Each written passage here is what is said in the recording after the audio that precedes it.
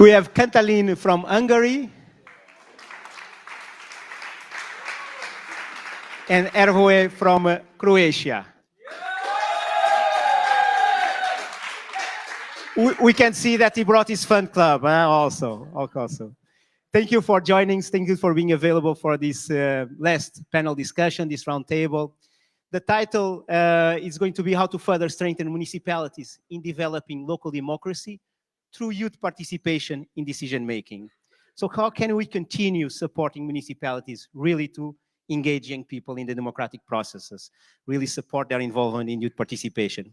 Again, it's not easy. If it was easy, I think we would not be here for sure. But our guests for this last moment, and thank you again for your availability, they come from different backgrounds. They are all working and having different functions, some more connected with decision making, others more supporting implementation, so as staff, as public officers of the municipalities, but they come with different perspectives. I'm also involved in the youth movement and or the youth bodies, being consultative or not of the municipalities, but they can bring these perspectives from the people within the municipality. So thank you very much for your availability. And we'll start our table and I'll launch the first question. So, and we can start with that, with Carmen from that point. So based on your experience, what do you consider the main roles or functions that the municipality has in engaging young people in democratic decision-making and democratic decision-making processes? Well, first of all, I want to thank you for inviting me. It's such an honor. But, well, a little bit of background from me. I'm recently elected the youth council member and now officially a council member. I'm the youngest in our council. In Estonia, we can elect 18-year-olds and the 16-year-olds could vote. So we had the local elections in this October and I was elected as a official member. So I think it's a good opportunity for me to start working in the council to represent the ideas youth have, because I'm directly connected to the youth council and the youth, because we live in a really rural area when there's like a small amount of people and a small amount of young people. So I think in our municipality, the most is doing the work with the youth council and the schools and youth workers through this cooperation and cooperating with different non-formal activities as well. We have a really good connection and a network with different kind of workers in our municipality and in council, as well with the national board of youth councils. So I think we're kind of doing it different ways. It's a difficult and complex system we're using, but it's working. And I think you need to have all these little pieces working simultaneously to get the overall idea of youth participating through like surveys and different events and being there for young people and kind of training the municipality workers and the council members. So there's a lot of little things you need to add up to get the overall municipality youth engaging. Thank you, Laura. Thank you, Carmen, sorry, for also showing this, that sometimes there is not a solution that fits all, but this diversity of approaches. Thank you. Laura, please. Thank you. I'll ask you also to present yourself a little bit, the background. And Okay, I'm Laura. I work for a local city in Belgium, Sint-Niklaas.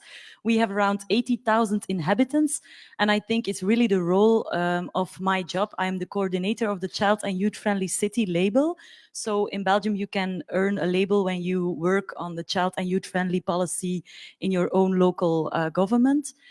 And I think for me, it's very important that we make the voice of children and youngsters very visible and very, we make the voice louder because their voices are also very important. And I think our council and the mayor and the aldermen, they think, okay, the children and youngsters are good, they are here.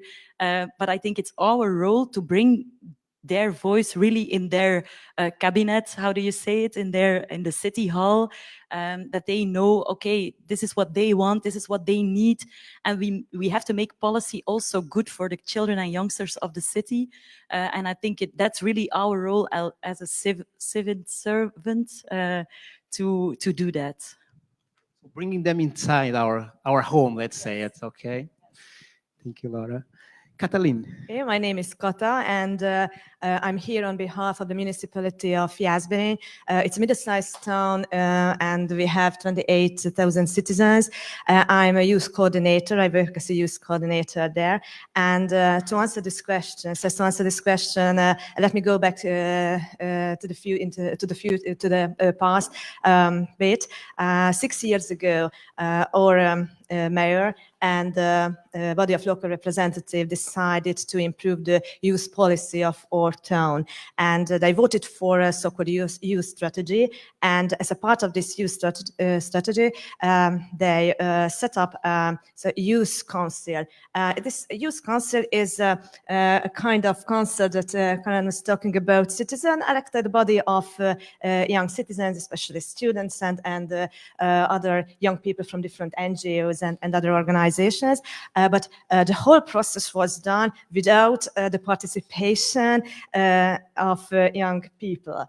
So it was an absolutely artificial body. So one of my colleagues, who was a civil servant and not a youth worker, wrote the operational regulations. So how many members this youth council would have, mayor and some vice mayors and some different committees, for example, financial committees. So it's very similar to the real body of local representative. And it was a complete failure. We asked the schools to send representatives, to send those students who are the most talented, so the 5% of the super engagers. But it wasn't there because, as it was an artificial body, they didn't want to join. They refused to work with us. Yes, they refused to work with us. And the answer to the question is the most important role of a municipality is not to create an artificial body for the youth, but to do it with the youth. So after this failure, our mayor and the local representative started a self-reflection. So the most important thing from this process that they did it with a good will and good intentions. So they aren't youth workers. So, for example, the mayor was a doctor, urologist, by the way, so he was very far from doing so many things about the youth work.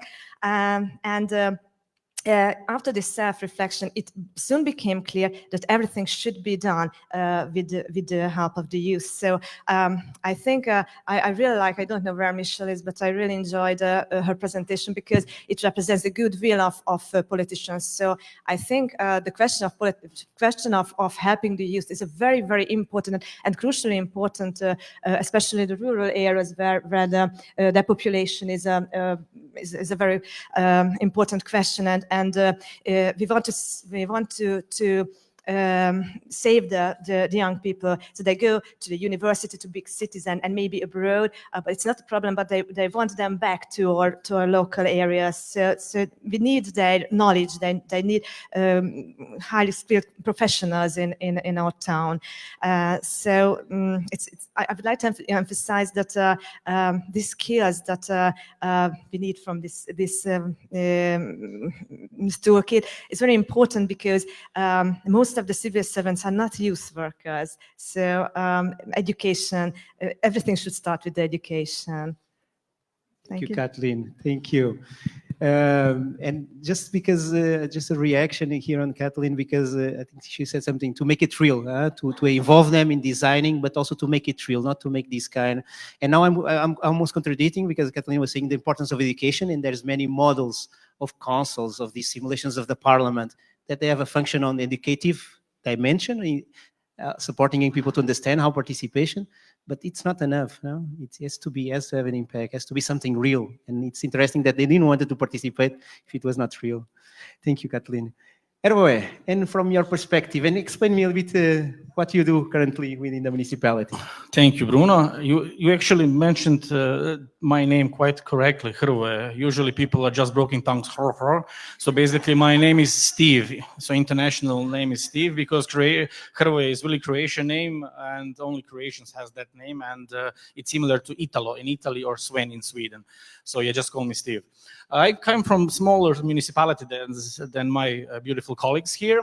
So it's just 8,000 inhabitants. It's called Lepoglava in the north part of Croatia. Lepoglava literally means beautiful head. And of course, they sent me to represent the municipality.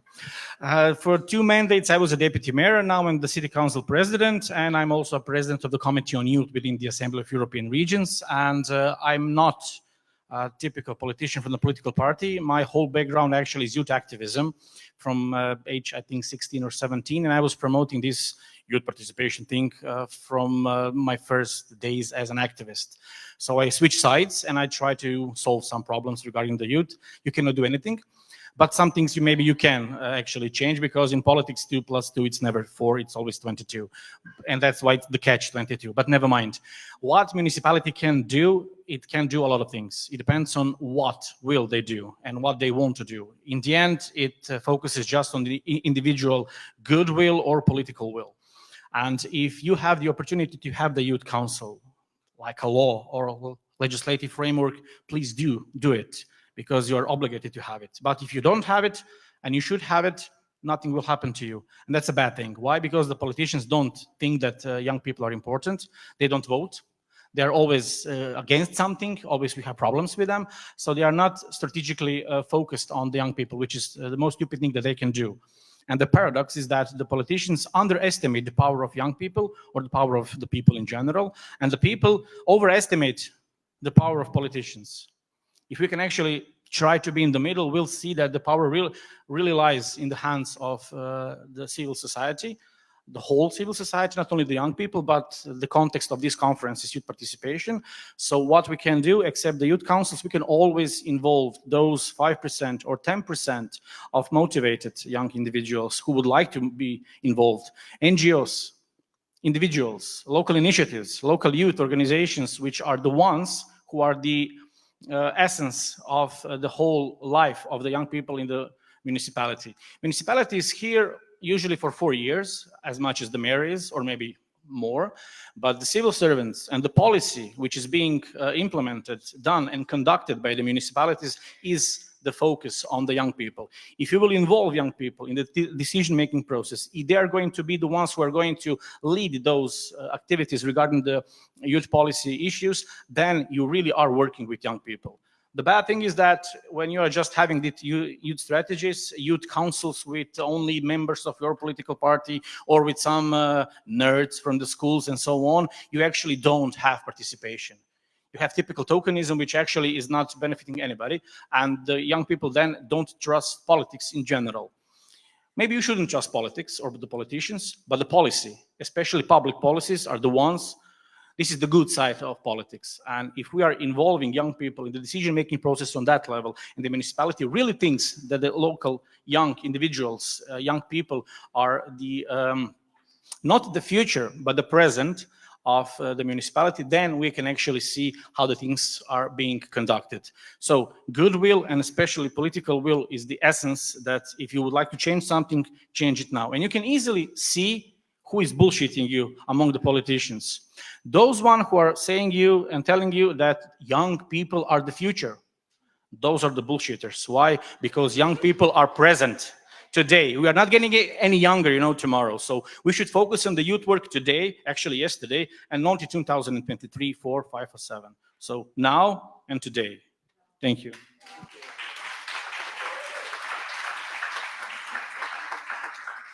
There was already some of the things tackled here regarding my next question, that is within these roles that you're having in terms of promoting this youth participation within your tasks, within your municipalities, challenges that you're faced. I already see that, okay, young people were not coming. We created the body, but not coming. Or the political will, okay? What kind of challenges were you facing in your daily work or when trying to implement this kind of participation? It's an open question, so anyone that would like to start. Well, for us, the difficulty we're facing is the opposite of Katalin, because our youth council started with a group of young people who wanted to do something, and we put together the budget and the framework. We did it all ourselves. Like, we were sitting in the office with the deputy mayor at the time, and I was sitting there like in the night and writing it myself and learning about it. And there was like 20 of us doing that. And we faced the challenge of disbelief by the council members. When we went to represent our idea, our eyes were shining. We were so proud. We were so excited to do things. And they were like, okay, well, we'll give you money, but just play whatever you want to do with it. Like, just get something and get out of here. But in those 2 years after that, when we were legislated, we've shown them we can do work. We've had great impacts on public transportation because that was a problem in our area, and we had a survey, we had a debate, and now there are more buses running and people are getting where they need to be. A good example is non-formal education. Teens care for that a lot. So we had our municipality worker come to a meeting with young people and talk about the non-formal activities and what needs to be done there. And she was listening. She understood, and the fixes were made. But at the same time, there's workers who don't want to understand. And I think it comes to a person. Like, everything comes down to a person and their views. And it doesn't matter how great of a person they are, but if they tell you, like, we can't do it, we don't have the funding, and just like see the no's, not the yes, it's a problem. Because if teens are full of passion, we shouldn't tell them, like, no, we can't do that. If there's a will, there's a way. There's always a way, and that's something you need to tell them. If we can't do it like that right now, we can do it in the future. We have to find another way. When we didn't, they cut our funding last year a little bit, not a big amount, but still our budget was cut. We found a way. We started writing projects to still make our events and surveys and everything happen. So I think you need to think innovative and new, and you just, it comes down to a person. It's really hard to find right people in the municipality to work with youth. Because if you're a youth leader, you can't be doing the work for them. You just have to sit and listen and watch and let them learn by their mistakes. Because I've seen if the youth workers do the work for the youth, they don't learn. They don't have the stepping stone to go and do bigger things in the future. And that's what we're practicing in our youth council, is that we're doing everything by ourselves. If you need help, we contact the youth workers and the municipality workers and councilmen to talk to them, and we're working really closely with them, with the committees and everything we have to do. But we learn from our own mistakes, and we think it's a stepping stone for a lot of teens to get into big politics or to work in a municipality their own. And I'm really happy to see that Estonia overall, like this elections, there were so many young candidates. And the change in those people come when the young take the fate in their own hands and they start running for the offices and are applying for the jobs, because they have the changed attitude. And if they're working there, they're changing their environment, like amongst themselves, amongst their offices. So it's the solution for the issue we're facing, is to have young-minded people there. It doesn't matter the age. You just have to be like youth thinking and youth participating person overall. And if you're there and working, it solves the issue. But yeah, it comes down to people basically and their values and how they see life. It's sad because we can't change or teach values, but it needs time, and I think it comes with overall. But if we encourage young people to take it to their own hands, I think it will change pretty soon. Thank you, Carmen. Challenges of doing this work. Yes, I think it was very interesting what you said. In the city where I work, we had also a youth council, but our experience was that we only achieved or only had the 5% where we were talking about. And now we have an all other way of policy participation of youngsters. So we don't have the youth council anymore. Sorry, I'm not making myself popular, but we don't believe in it, because we think for every decision, we have to find the right youngsters, the right children. And I think that is our job, that not only the 10 small, smart and very engaged people get the chance to say everything about the whole policy of the city.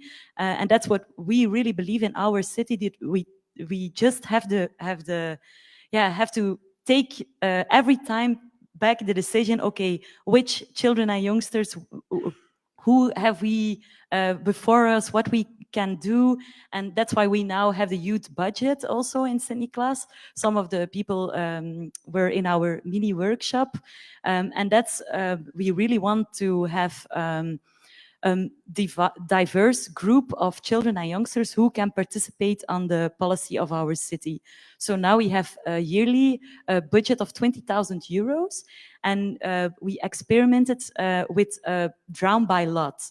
So we have a connection with 11 secondary schools in our city, and from each school there is one teacher, one mentor, and they can decide, okay, these are the 10 pupils I present to the youth budget, and the pupils, they do everything. So it's during the school time, and the pupils are like, they follow or they do Greek and Latin, but also electricity or hairdresser, and they are a very good mix of the society. And when they get a golden ticket, that is our methodic, so they get a golden, you are the chosen one, you can decide. They are like, oh, why me? I don't know why you chose me.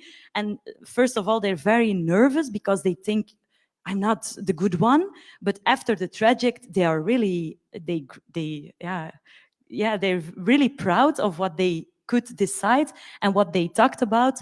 And I think that is really democracy. So we have to always check that everybody can say something about our policy, and not only the 10% of pupils.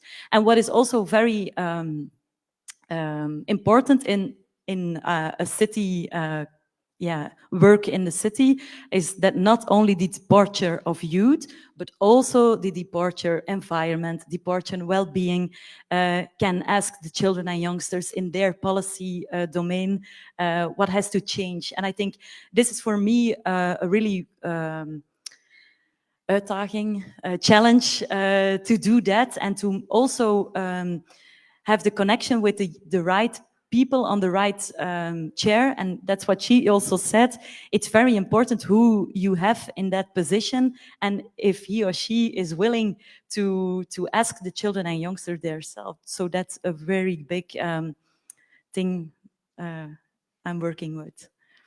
Thank you, Laura. And I think this challenge of the transversally, when we're talking about youth, we're talking about transportation, as Carmen was saying. We're talking about sustainability and how to be able to not knock, but be inside of the small houses. In Portugal, we say the municipality is a big house with a lot of small houses like that, and each one wants to work on its own house. So it's how to make it really transversal, but this outreach of these different young people, and maybe it's this balance between different methods, youth councils, collecting the young people from different target groups, different realities, and this diversity of approaches, of methodologies, but big challenges here. Hrvoje or Kathleen, some of the challenge for you in this work? From the point of view of my municipality, the main obstacle is that the local representatives don't understand the importance of a job of a youth coordinator and as well as youth workers. As I've already mentioned that I'm a youth coordinator, but it's not the only task I do. We have a youth club. We opened it in June, and I also coordinate this club with all the programs there. So it's not only for the youth, actually it's a multifunctional place, so-called community space. So we have job seekers clubs and several mentoring programs, not for the youth but the adults too. So it's another job. It's quite complicated, and apart from these two things, I also coordinate some human resources projects from the European Social Fund. And I think it's too many things that one person can do. So it's very important. It would be very important that the local representative understand what a youth worker should do. So it's a crucially important job in a town hall or in a municipality. And another obstacles, another difficult things is the lack of cooperation with schools. So I wouldn't imagine organizing something in school time. So it's unimaginable in our town because teachers said that I wouldn't like to send students because they have to prepare for the entrance exam or any other exams, so there are important lessons, so they don't understand the importance of non-formal educations. And I think nowadays it's crucially important, and the youth work can't be imagined without non-formal education. Catalina, all these, sometimes in some countries it's quite easy to approach and to work within the schools and not to use more time of young people, because that's giving them some time. In others would be quite difficult to work within the school spaces. So this, I think, is also this international admission brings this diversity of seeing what is work, what makes sense within the different realities. Hrvoje, from your perspective, here are some challenges. Well, there was, and there will be lots of challenges because the young people are always having some new trends we need to follow. And I'm not using that much Instagram, for instance. They are all on Instagram. Facebook is getting old, I hear. So it's very difficult to find appropriate some steps and things to do. But the most challenging part was how to convince them that not everything in politics is bad and not all the politicians are bad, because they lack the confidence in the system. They don't trust that somebody from the system is going to help them. And when you are trying to involve them in the decision-making process, they're always being a little bit scared and afraid that, okay, if I'm going to be honest and say what I really need, is the mayor is going to listen to me, or he or she is just going to send me to some other office number 5 on the top floor, and then to an office number 7 on the 3rd floor, and so on, to solve the problems that young people are facing. So having this problem in confidence and trust in system was maybe the best and the biggest challenge that we had. But on the other hand, we open youth center, open a youth club, gave lots of money for the initiatives from the youth NGOs, paid transportation, paid the books for schools, give scholarships, give some funds for new babies and so on. And I think that we killed activism with that, because we were being really, really friendly towards young people, and they actually lost that momentum in which young people are always fighting against the system, because system gave them everything. So how can we get back on the track that we need sincere and honest partners, the youngsters, who are going to say, hey, that's wrong, that's bad. So we are not trying to fight and getting back on that specific track. And in that specific sense, I call this pistachio effect. You know, most of you like pistachio, right? And you are being really, really lazy like myself, and I'm opening the first and the second, the ones that can easily be open, and I'm eating those ones. And I'm putting aside the ones that I cannot open. Those ones that cannot be open are the youngsters we need to work on now, today. Because the motivated and the optimistic young individuals and youngsters are the ones who are always going to be here. But we need to focus on those that cannot be opened that easily. And the biggest fruit is there. Because they were never involved, they have lots of things to say, and nobody's including them. And the ultimate truth is that nothing for young people without young people actually is for young people. And only when we'll involve them in the decision-making process on all levels, because youth participation is not only about the political participation. Yes, it's important, but the cultural participation, sport, civil society, education, social services, all of those things have young people involved. In the end, the young people are going to fill those schools with kids, kindergartens, they're going to build houses and flats and so on. So they are the ones who really need to be sincerely and honestly involved in planning the future of the local community. If not, they're going to, I don't know, Germany, like they're doing in Croatia, for instance. So if we're not involving them and we're not focusing on them, especially the pistachio ones, we are actually losing our local communities. Thank you. The club of fans. Huh? I know. A lot of drinks in the night. It works. But many times it's something, again, it depends on context to context. Sometimes within the country and municipalities, they have totally different capacity in terms of human resources, recognition of the work, the recognition of the youth work, recognition of this kind of work. But if you were going to choose some of your achievements, some of the, how you got or this recognition, or be able to reach the closed pistachios, or be able to create a local youth council that has a budget and you recognize, what can you consider as some of your achievements, and how did you manage to get this recognition or this achievement? How you convince others somehow? I want to kind of get back to the 5 and the 10% of the super engaged youth. I think you can't decide like we have to focus on the other 80%, because you, like, if you don't engage the super engaged people, they're not going to be engaged anymore. And I think you should see, you could use them. Like, for example, our youth council has the super engagers, and they are super engaged, but I think that is one of our biggest achievements as well, is that we're networking with people that aren't, because it's youth to youth.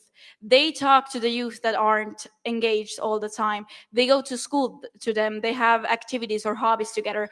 And I think the talking and listening is the most important thing to do for the super engaged people, because they can be the representative of the ideas overall. And that's something we're using in our daily work. If I, for example, go to just a concert in my free time and I see some young people from my area, I'm still talking to them and asking what's going on, how you're doing, what are the problems, and what are you enjoying. The talking and the listening is the most important part in that. And if you realize that, and you can use super engaged people to do that, because they will deliver the ideas to you. Like, you can get comfortable. The super engaged teens will do the work for you, but at the same time it's effective.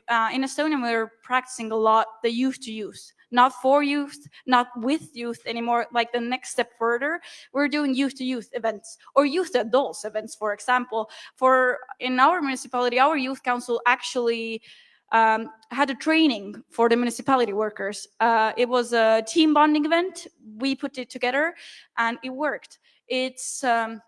I think it's important to take the next step and kind of use the youth to youth policy, and because they know what their peers want, they can listen to them a little bit more effectively, I would say, because the teens, even if you talk to the not as engaged people as a youth worker, they may not trust you, but it's at the same time, we have a really good example from our youth center.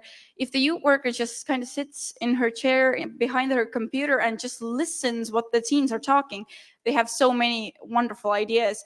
And that, yeah, I just would suggest everyone to use the super engaged people to get to the not engaged people, because they kind of know how to open up the other young people, because they are young. So the young people know the best what they want and what they should have. And yes, I kind of agree, the super engaged people shouldn't decide everything, but you should teach them how to network and how to listen and how to use their powers and tools to work with the not engaged people. So I think that's something that's working in our municipality, because in reality, the 80%, they're not gonna run for a position in the youth council. And it's okay. You have to understand and see it's okay, it's fine. They don't have to, but you have to know how to engage them, even though. And I think the super engaged people are the people to do it. But a little bit more achievements, I think, in Estonia overall, like the youth and talking, and just especially listening, like the World Cafes is a huge hit in Estonia. It started a few years ago. And I know Heikki and Gerda are smiling back there, because in my first World Cafe, Heikki was there. So it's a good example that we usually invite the decision-making people, like the advisors and the council members or the municipality workers, just to come and listen. They don't even get to talk much. We have a person that just kind of goes with the flow and talks with the youth and represents ideas and puts it all together. But the municipality workers are there to listen. And if they're surrounded by their peers and the same age people, they are more likely to open up. And that's something that's really working. And we have really great ideas coming from teens. And it's something that you can connect to younger people. And I think that's the next step you should take as well, is to talk to the young people, even younger than 18, even younger than 14. In Pärnu, we had a good example when the first graders were asked to draw a problem in their city. They had so much crosswalks made more because the first graders pointed out the problems in the city. And I think there are so many different ways how to engage even younger people. We should use them. And I think that's something where Estonia is taking it. We're finding and exploring the different ways how to engage all age groups.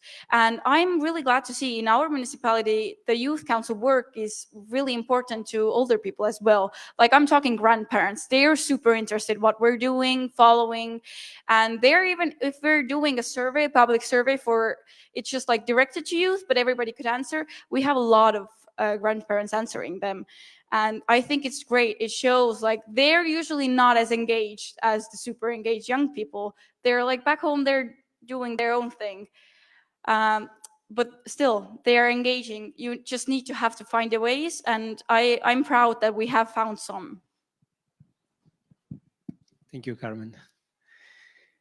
She convinced me. She convinced you. She convinced you. All right, maybe we'll recreate again the local youth council. I think we have to think about it again. But yeah, thank you for your inspiration. I think again, it was maybe sometimes it's the combination of different methods, different Yes, approaches. I think for us, it was a really eye-opener that a participation moment is not only the mayor who is speaking to the public. And that was like that for a lot of years. And we did with our team a whole different kind of participation moment. And he was there. And it were all round tables with children, youngsters, and policymakers, but also the mayor, aldermen. And it was a little bit like you were saying, they had to be there because we were talking about mobility, environment. And the colleagues who worked on that team, they never talked about their policy domain with some children and youngsters. And they had very good insights, and they went back to their office with, all right, they think about that thing, maybe we have to do it like this. And I think that is very good to bring them together, to bring them in contact, in touch with each other, that also the people we don't think about can use the voice and make some policy really with the youngsters. Yes. Answering the question, it is very difficult to mention something that I'm proud of, because there are a lot that we can proud of in our town. Of course, let me mention one of the most important thing. After the failure of this artificially made youth council, I made a proposal to set up another committee. It was a so-called youth committee, which is a cross-sectoral organizations with different professionals. So I think it's very important because it contains sociologists, politicians, other stakeholders, and teachers, many teachers, and this organization can work together very effectively, because we see the problems of the youth from very different angles, and we can react to their problems very successfully. And it's kind of mentoring of the youth councils, which competencies we have to teach students and young people so that they can participate in the decision-making process. So it isn't something that comes easily. So it's very difficult to speak in front of so many people like we do, and it's difficult for us, and it's a great challenge for young people. So we launched a communication programs, so how to improve their communication skills and other competencies that are necessary in decision making. So I have already mentioned that education is so important, because I think education should be a first step when we want to make young people to take part in the decision-making processes. And the other thing that I'm very proud of is the opening of this youth club. And we have several programs, and all the programs were put together with the young people. So not the civil servants or the teachers or other members of the youth committee, but the young people. So there are very interesting YouTube programs and media programs, radio programs, something like you were talking about, and Xbox programs. So something wouldn't be important for us. I wouldn't choose in this kind of programs, but with the help of these projects, we can reach those 80% or 90% who are the super engagers. Okay, thank you. Achievements. Well, I'll just use one example, the policy thing. You can do ad hoc activities whenever you want. You can easily just buy things for young people, open stuff, buildings, and so on. But when you are doing the youth policy thing or public policy in general, you can solve the problems for the future years to come. So we had in 2013 a system of scholarships, which was a bit weird because apparently nobody from the municipality understood that there was some process calling Bologna process was already ongoing in Europe. And we were giving scholarships to non-existing professions and so on. And we invited young people, not only the youth council members, not only the student union, but anybody who is in this form of a student life now. And we asked them, okay, please, could you help us change the policy regarding the scholarships? Because obviously we don't know what is going on with this Bologna thing. And they said, okay. And it was a beautiful example on when you give the power of decision to the young people. They know what they want. They know how to do it. They completely change the approach towards scholarships.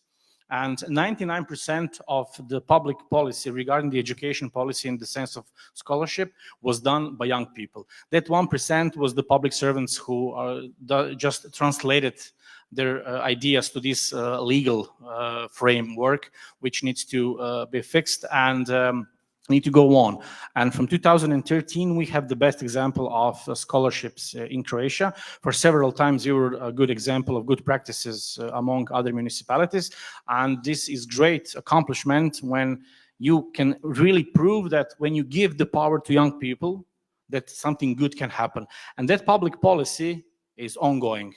Those kids who actually started this change in the policy already finish uni and work and have families and so on. But the newcomers, the freshmen and so on, are having the same good model of getting scholarships within our municipality.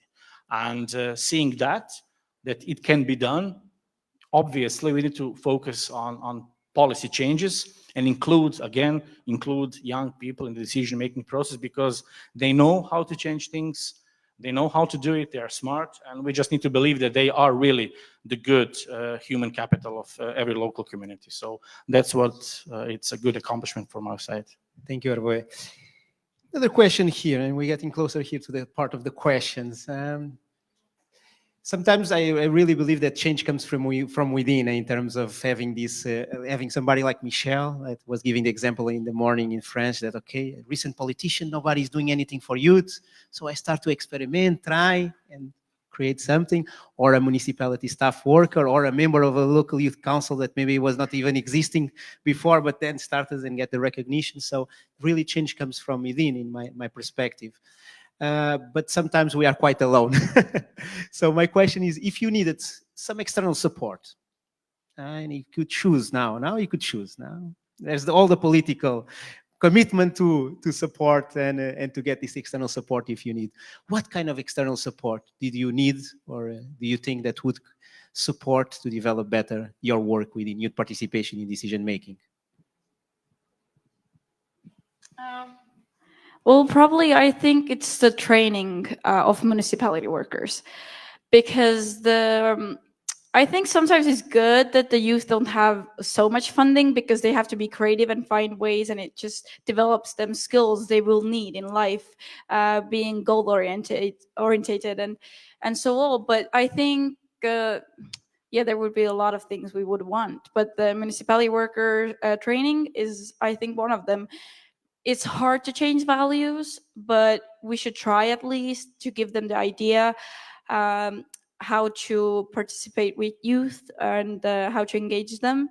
And it lacks. I can see in Estonia, it's just like the youth workers do it, and in the youth field, the people know how to engage youth, and they are in the field, they know about the subject.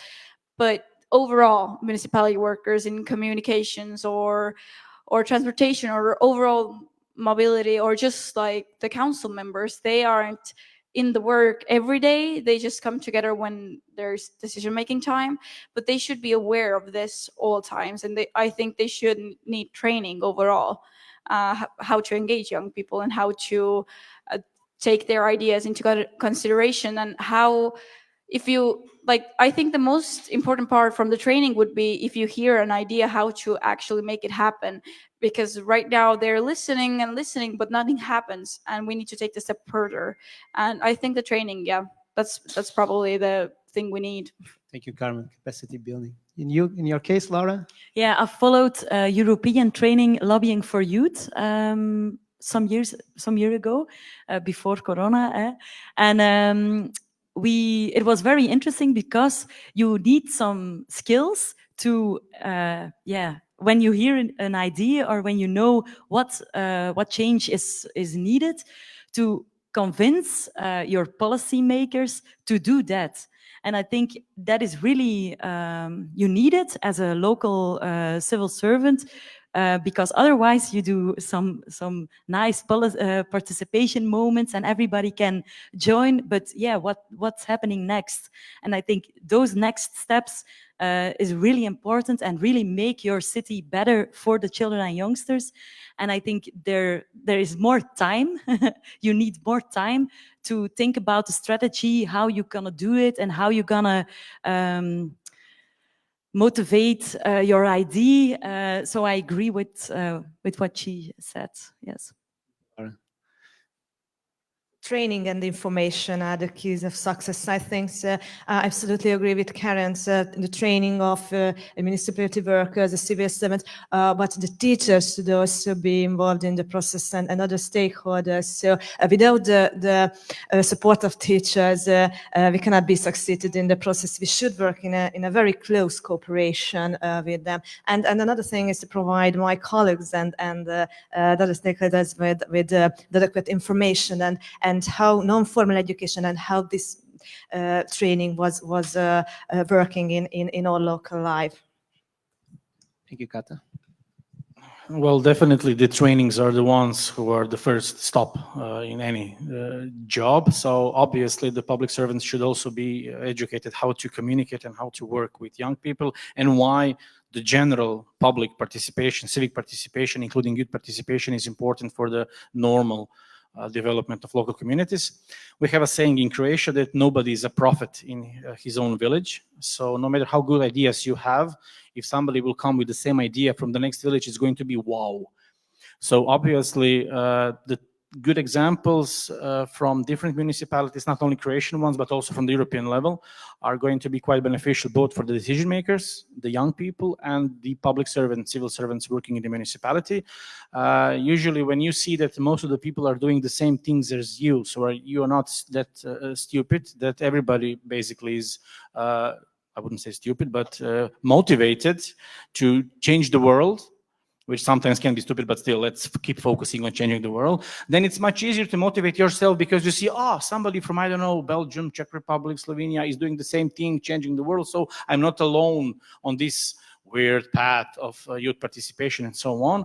So accept the trainings and good examples from different municipalities. I think that all can benefit from that same motivation, that if you need to change, you need to start changing. And saying that, I really do believe that we can make a certain change if we're going to use not only the toolkit, right, but also our connections, our knowledge, our skills, and our friendship and network that actually we are building up for the last couple of years. So let's keep focusing on that.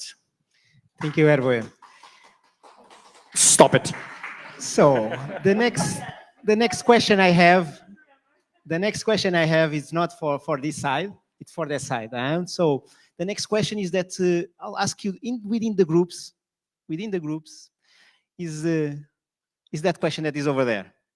In your perspective, how to further strengthen municipalities in developing youth participation or developing local democracy through youth participation in decision making.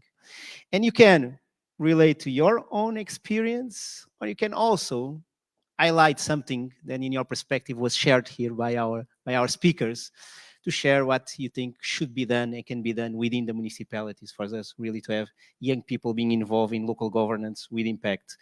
We'll have for this just 10 minutes for you to share a little bit the highlights, but I think it's also important that you have a moment to discuss among yourselves. The toolkit is one of the possibilities of the tools among many, definitely. Maybe we need to develop a lot more things, from the training, from the exchange of practices, from so many different things. But also, please, within your tables, try to think a little bit, how can we continue supporting municipalities really to strengthen democratic participation? And after that, we'll have the coffee break and we come back. So I'll not stop the discussions, so you discuss till, but we come back at 4 p.m. To continue our work and to start the closing. But again, big thank you to all the guests, Hrvoje, Catalin, and Laura, Carmen. Thank you very much for being available.